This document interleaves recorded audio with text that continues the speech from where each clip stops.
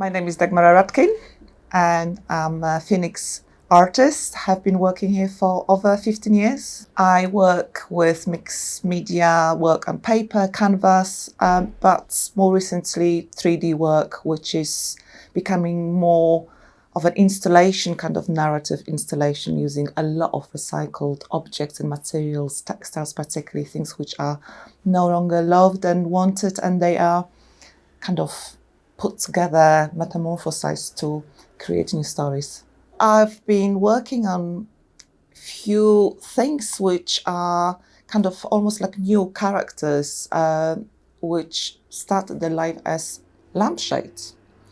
I was given, kind of stumbled across this collection of lampshades from secondhand shops, and probably about 20 lampshades, and started putting them together, and they became this floating characters, goddesses, things which perhaps make some connection with the archetypes, mythological stories and characters. A lot of my work is to do with looking at materials, creating conversation, but also in some ways talking about like female body in domestic settings, in grand setting, what is beauty.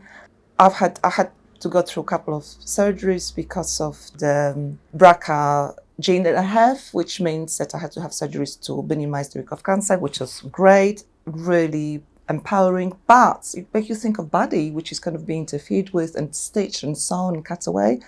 So it's empowering, but it's also really, really kind of intrusive. This is one of the very few objects which was based by a particular image, this ancient sculpture of Artemis of Ephesus, and it's a sculpture of a very elegant looking Artemis, but with lots and lots of breasts.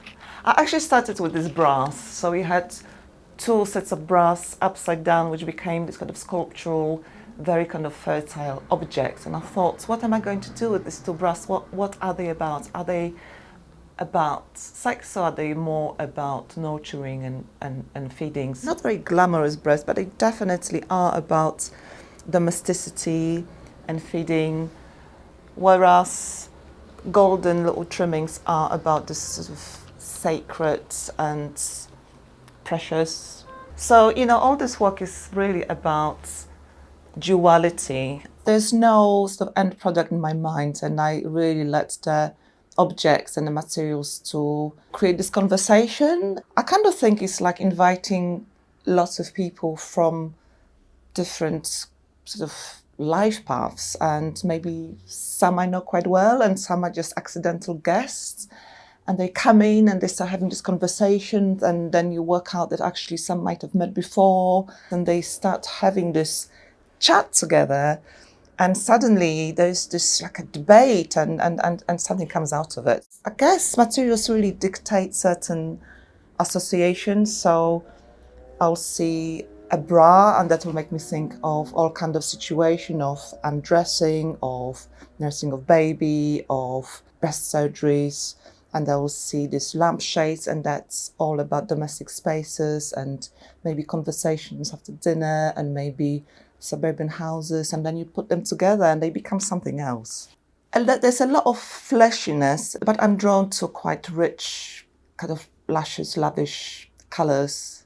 I'm really kind of attracted to this Baroque, completely overstated, exaggerated, probably on the kind of borders of kitsch and grandiosa. I have been for the last 15 years, I've been working in my studio and just showing it in little galleries, actively showing it at the Phoenix. But more recently, I had opportunity to work in a site-specific place, which was the Regency Townhouse, where I worked with my collaborator, Wendy Pye, who's a filmmaker. So we started working with projecting onto my work, and the work was done for projections, but also for the space, this heritage space. So that's definitely where I would like to see, and I'm seeing my work being exhibited.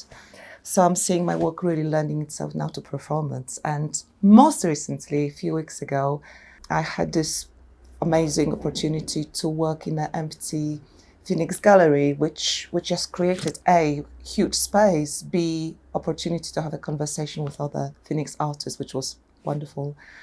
I'm really interested as an artist to work with performers, with light, with projections, and artists who work physically, engage with the physical installation.